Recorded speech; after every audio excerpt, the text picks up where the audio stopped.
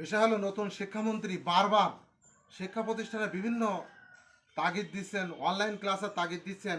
বর্তমান যে সিচুয়েশান তাতে সাবজেক্ট মনে করেন প্রায় 12 থেকে 14টা সাবজেক্ট আছে, কিন্তু এত সাবজেক্টের কি দরকার?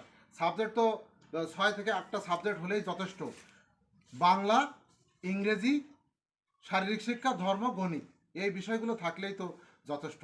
একটা ছেলে A+ পেয়ে গেল আর কোনো রকম ইংলিশে এক লাইন কথা বলতে পারে না, এটা একটি দেশের জন্য কল্যাণ বয়ে আনতে পারে? সচেতন মহলের কাছে আমার এই প্রশ্ন। আপনারা অবশ্যই কমেন্ট করবেন, ইচ্ছামতো কমেন্ট করবেন। কমেন্ট করলে আমি খুবই খুশি হব। বর্তমান যে শিক্ষার যে সিচুয়েশান, এখানে বর্তমানে সেই সিচুয়েশানে একেবারে শিক্ষার্থীদের মধ্যে কোনো বিনোদন বলতে কিছু নেই। কোনো বিনোদনই তারা ভোগ করে না, কোনো পড়ালেখাও ভালো করে না, আবার কোনো বিনোদনই নেই।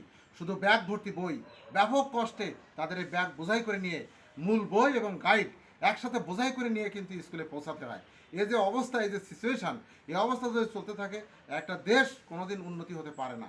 একজন শিক্ষার্থীর কোনো রকম বিরতি ছাড়াই তারা চলে, অথচ দিন শেষে দেখা যাচ্ছে কোনো লেখাপড়াই হয় না।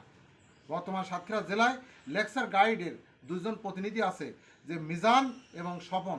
এরা সারা সাতক্ষীরা ব্যাপী মাধ্যমিক বিদ্যালয়ের প্রধান শিক্ষকদের ম্যানেজ করে লেকচার গাইডের সরাসরি করে দিয়েছে সাতক্ষীরা জেলায়।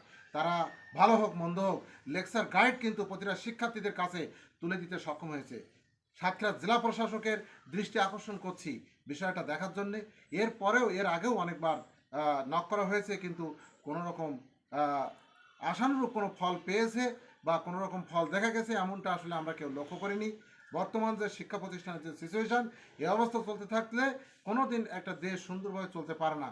কারণ যে দেশের শিক্ষা ব্যবস্থা উন্নততর না, সে দেশে আসলে উন্নয়নশীল দেশ হবে এটা কল্পনা করা অত্যন্ত দুঃখজনক।